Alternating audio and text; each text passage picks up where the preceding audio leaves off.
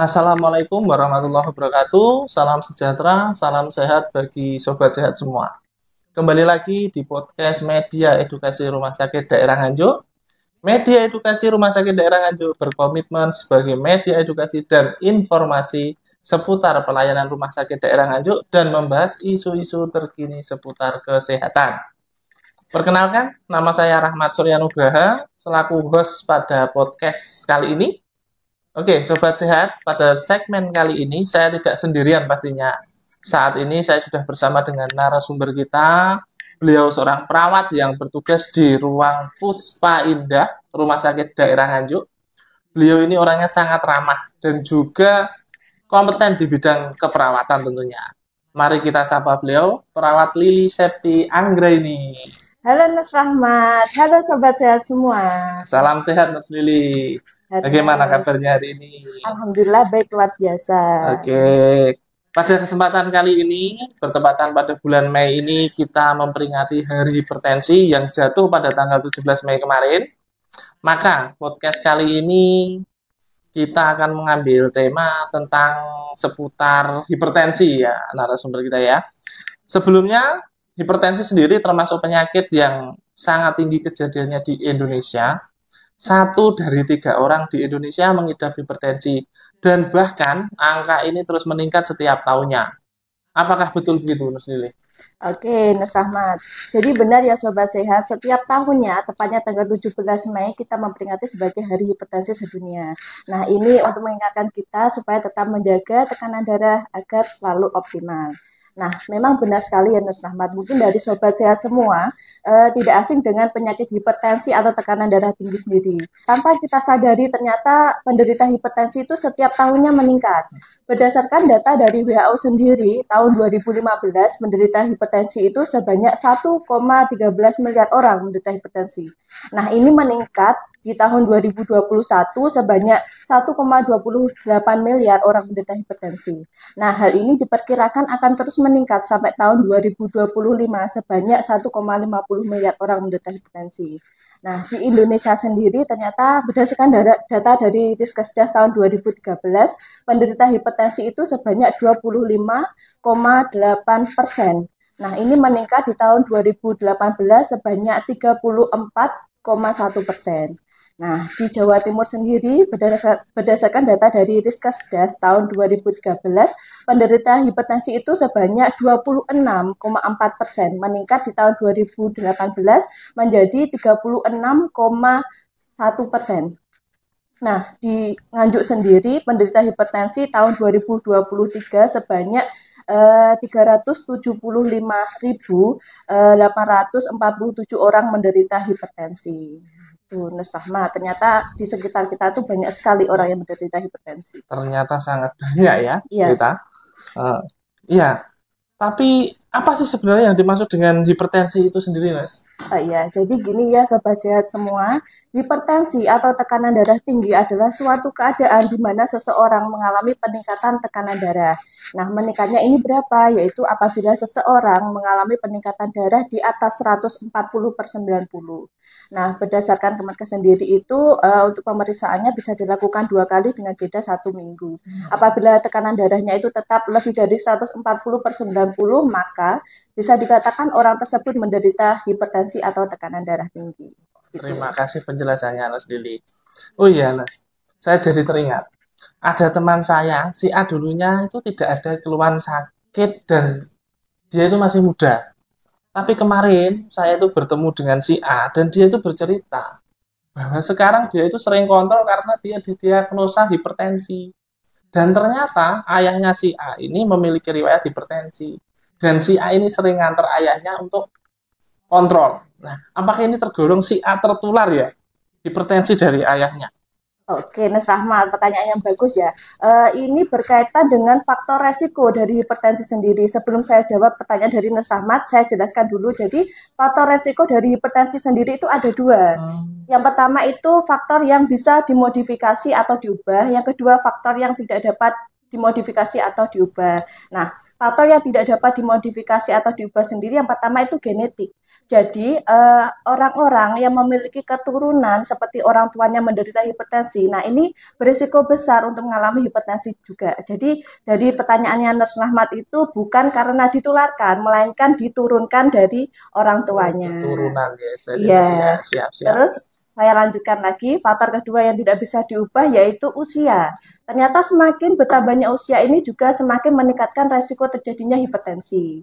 Nah, faktor yang ketiga yaitu jenis kelamin atau gender. Ternyata ini kaum laki-laki lebih beresiko ya ternyata mengalami hipertensi. Nah, saya harus waspada ini. Benar sekali.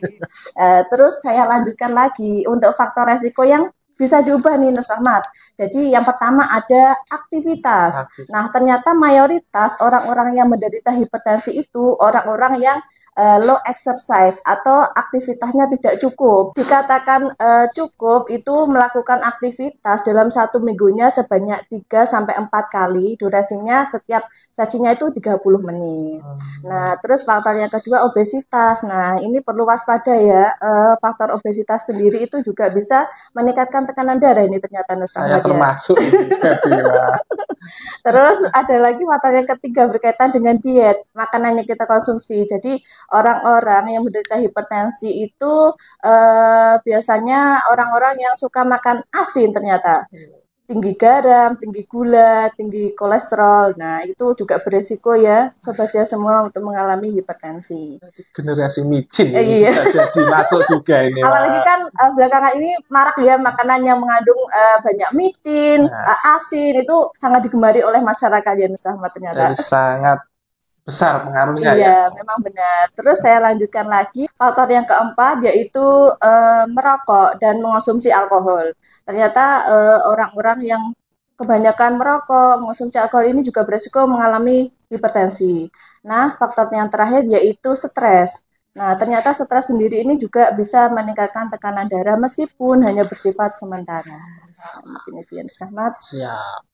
Penjelasan yang sangat lengkap sekali ini dari Nurse Lily tentang faktor risiko di sini. Oke. Saya pernah membaca sebuah artikel bahwa hipertensi ini dianggap sebagai penyakit silent killer. Nah, bisa dijelaskan tentang silent killer ini? Biasanya kan ada kata-kata killer ini, pasti sobat sehat menjadi was-was. Bagaimana cara mencegah biar dari awal bisa mencegah hal tersebut? Oke, jadi sebenarnya tanda dan gejala dari hipertensi sendiri itu tidak spesifik. Artinya tidak semua orang mengalami tanda dan gejala, apakah mereka mengalami hipertensi atau tidak. Makanya ini disebut silent killer karena tidak semua orang merasakan tanda dan gejala. Namun ada beberapa juga yang merasakan tanda gejala seperti pusing, kemudian leher ini terasa kaku, bahkan ada yang jantungnya berdebar-debar ataupun pandangannya menjadi kabur. Jadi ini yang perlu waspada ya sobat sehat karena hipertensi itu sendiri termasuk penyakit yang silent killer tanpa ada tanda dan gejala ternyata tensinya tinggi. Kan merasa bahwa dirinya sehat jadi tidak pernah mengontrolkan diri untuk pengecekan tekanan darah. Jadi perlu sangat waspada sekali. Siap, terima kasih Lili. Nah, ini pertanyaan selanjutnya ya. Jika seseorang sudah terdiagnosa hipertensi, berapa lama waktu yang dibutuhkan untuk proses pengobatan agar si penderita ini sembuh dari hipertensi? Ya, untuk hipertensi sendiri pada dasarnya hipertensi adalah suatu penyakit yang tidak bisa disembuhkan, Nus Rahmat.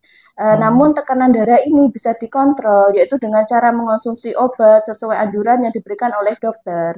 Kemudian pasien-pasien yang menderita hipertensi itu tidak boleh menghentikan pengobatan secara semaunya sendiri. Jadi harus sesuai dengan anjuran yang diberikan oleh dokter. Nah, yang tak kalah penting ini juga harus melakukan perubahan pola hidup. Jadi pola hidupnya diperbaiki seperti mengurangi konsumsi makanan yang saya jelaskan di depan tadi agar tekanan darahnya bisa tetap terkontrol.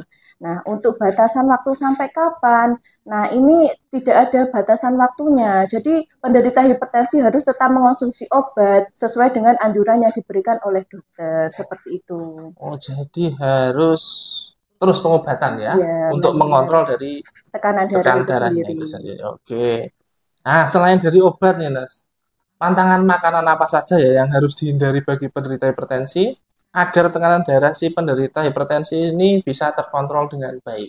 Oke, seperti yang saya jelaskan ya Sobat Sehat di depan tadi, eh, untuk pantangan makannya yaitu harus mengurangi makan makanan yang tinggi garam. Jadi dalam satu hari itu maksimal mengonsumsi garam tidak boleh lebih dari 5 miligram atau setengah sendok teh eh, konsumsi garam Garam. seharinya. Yang dimaksud garam itu sendiri bukan hanya garam yang ditambahkan di dalam makanan saja, namun pada makan makanan yang mengandung bahan pengawet itu ternyata juga mengandung kadar garam, Garam. sehingga harus dikurangi ya, Sobat Sehat semua. Kemudian yang kedua yaitu konsumsi gula. Nah, ini juga harus dikurangi, jangan terlalu banyak, maksimal hanya 4 sendok makan saja. Kemudian sama ini konsumsi makan makanan yang tinggi kolesterol, lemak. Ya, Iya, ini iya. juga dikurangi seperti Itu gorengan. ya. Memang kan itu enak Enak sekali ya. sekali Ya. ya. Nah, itu harusnya dikurangi ya Sobat Sehat semua. Kemudian WHO sendiri ini merekomendasikan untuk mengonsumsi makanan yang cukup serat. Nah, seratnya ini bisa dari eh, sayur-sayuran ataupun buah-buahan. Tapi perlu diingat lagi, apakah si penderita hipertensi ini sudah memiliki penyakit lainnya seperti gagal ginjal. Misal Ginjal. kalau gagal ginjal kan kadar kalium di dalam tubuh kan tinggi. Iya, Nah, pada buah-buahan itu kan kadar kaliumnya tinggi. tinggi. Jadi tidak boleh terlalu banyak. Jadi harus disesuaikan juga sama si penderita sendiri. Oh, jadi harus sesuai dengan apa yang diderita pasien itu Iya, sendiri ya. memang benar. Siap dikolaborasikan. Ya. Oke. Seandainya pasien atau penderita hipertensi ini mengabaikan pengobatan dan membiarkan tekanan darahnya tidak terkontrol, kan karena merasa bahwa dirinya ini sehat dan tidak ada keluhan, Mas. Kan memang terkadang hipertensi tidak bergejala seperti yang Mas jelaskan tadi. Apa sih resikonya untuk si penderita di masa yang akan datang? Apakah ada penyakit lain yang akan timbul? Oke, Mas Rahmat dan Sobat Sehat semua. Jadi, apabila tekanan darah itu tidak terkontrol dengan tidak mengonsumsi obat dan mengabaikan gaya hidup semaunya sendiri, Semaunya. nah itu bisa mengakibatkan komplikasi. Komplikasi penyakitnya apa saja? Seperti satu, penyakit jantung, bisa serangan jantung dan lain sebagainya. Kemudian juga bisa mengakibatkan penyakit stroke. Nah, Stroke. kadang kan pasien merasa kayak nggak ada tanda ada Ada gejala apapun, pusing, dikira kan sehat saja. Ternyata sehat, waktu periksa ke rumah sakit udah tensi. dalam kondisi sebagian tubuhnya mengalami kelemahan Nah, seperti itu ya Nes. Terus ada juga komplikasi lainnya seperti penyakit gagal ginjal kronis. Nah, itu beberapa komplikasi yang bisa diakibatkan karena tidak terkontrolnya tekanan darah ada. tadi. Oh Ya. ya. Oke, Nas. Untuk kemungkinan ada cara yang efektif dan efisien agar penderita hipertensi ini lebih perhatian untuk mengendalikan atau mengontrol tekanan darahnya, sehingga resiko komplikasi yang lebih fatal seperti Nas sendiri jelaskan tadi tidak terjadi kepada penderita hipertensi. Oke, Mas Rahma. Jadi begini ya Sobat Sehat semua, ada akronimnya nih untuk pasien-pasien sudah mengalami hipertensi yaitu PATU. P, periksa tekanan darah secara rutin dan ikuti anjuran dokter. Nah, harus berobatnya sesuai anjuran dokter nih, Nes. Nggak boleh semaunya sendiri. Kemudian A, atasi penyakit dengan pengobatan yang tepat dan teratur. Kemudian T, tetap diet seimbang. Jadi tadi makan makanannya disesuaikan ya, seperti yang saya jelaskannya di depan tadi. Kemudian U, usahakan aktivitas fisik. Nah, aktivitas fisik yang aman. Jadi disesuaikan dengan kemampuan individu itu sendiri. Mampunya berlari Jalan, ya lari, jalan jalan-jalan.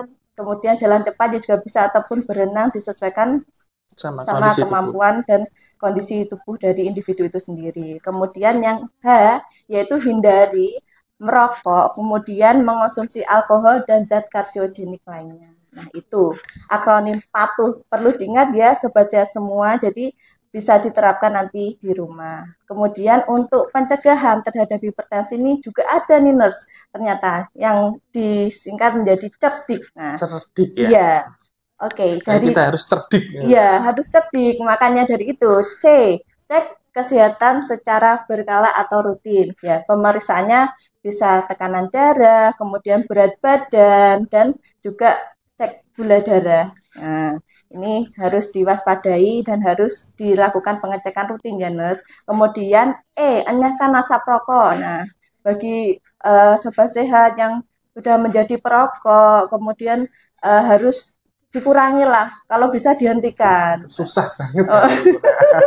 Ya makanya itu harus berusaha untuk mengurangi. Kemudian R yaitu rajin aktivitas fisik seperti yang saya jelaskan di depan tadi, sesuai dengan kondisi dari individu itu sendiri. Siap. Kemudian D itu diet seimbang. Nah, tadi yang saya jelaskan di depan tadi berkaitan dengan konsumsi yang tinggi gula, garam tadi harus dikurangi. Kemudian gaya hidup sehat, ya benar. Pola makan yang sehat, pola makan yang sehat harus diterapkan. Kemudian istirahat yang cukup. Nah, minimal ini 6-8 jam lah, Nes. Harus istirahat, tidak boleh harus diforsis tenaganya terus ya. Kemudian yang kelola stres, meskipun ini bersifat menaikkan tekanan darah sementara, namun harus dikelola benar-benar. Seperti kita harus melakukan relaksasi, rekreasi nih. Contoh misalnya nggak usah yang mahal-mahal, yang dekat-dekat rumah aja gitu. Siap. Ya mungkin itu ya Nes yang bisa saya sampaikan. Semoga apa yang saya sampaikan ini bisa diterapkan oleh sobat sehat semua yang ada di rumah. Oke, terima kasih Nurdili. Jadi bagi sobat sehat semua dan khususnya yang muda-muda nih, generasi Z ya terutama, agar bisa terhindar atau setidaknya mengurangi resiko terkena hipertensi, ini ada tips dan triknya dari Nurdili tadi ya, dengan akronim CERDIK. Nah, CERDIK, cek kesehatan, enyahkan asap rokok, rajin aktivitas fisik, diet seimbang, istirahat yang cukup, dan kelola stres. Ya, itu ya. Dan juga tidak lupa selalu berdoa kepada Yang Maha Esa agar kita senantiasa diberikan kesehatan lahir dan batin. Terima kasih Nurdili sudah menyempatkan waktunya sebagai narasumber di podcast kali ini. Semoga pembahasan podcast kali ini sangat bermanfaat bagi sobat sehat semua ya. Dan bisa diterima dengan sangat baik. Dan mohon maaf bila ada salah kata dari saya sebagai host dan juga dari Nurdili sebagai narasumber. Akhir kata, wassalamualaikum warahmatullahi wabarakatuh. Rumah Sakit Daerah Nganjuk. Yes, I can.